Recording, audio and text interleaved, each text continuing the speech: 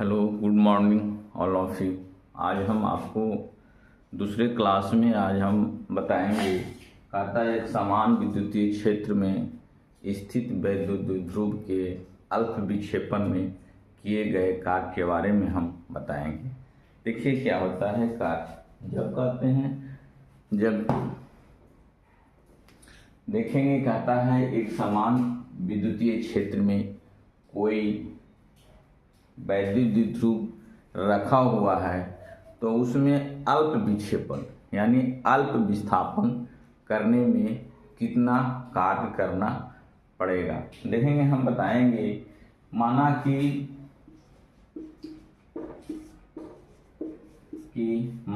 कि अल्प विक्षेपन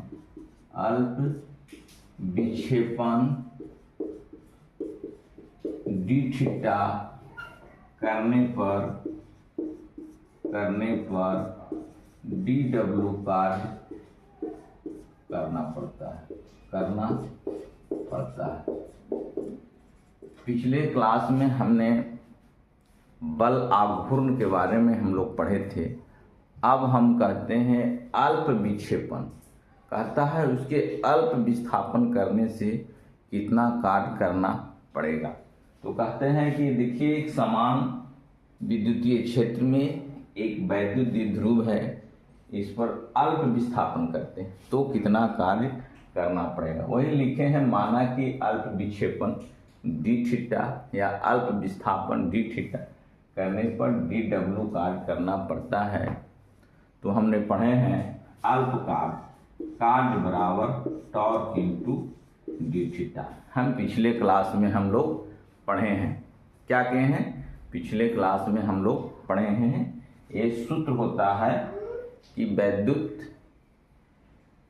क्या होते हैं, अल्प विस्थापन करने पर अगर टॉर्क लगता है तो उसमें जो कार्य होता है वो टॉर्क क्या होता है, विक्षेपण का क्या होता है, उसके गुणनफल को हम लोग क्या कहते हैं, कार्य कहते हैं। इसलिए यहाँ अल्प विक्षेपण हो रहा है, इसलिए कार्य में क्या होगा, अल्प विक्षेपण होगा।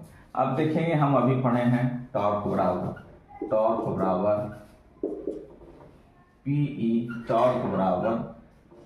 बराबर पीई साइन थीटा। अभी पढ़े हैं ना। अब इसके मान को हम यहाँ रखेंगे, डी डब्ल्यू बराबर टॉर्क का मान PE sine theta into d theta. ये हो गया आपके अल्प कार्य के कारण, लेकिन हमको निकालना है पूरे कार्य।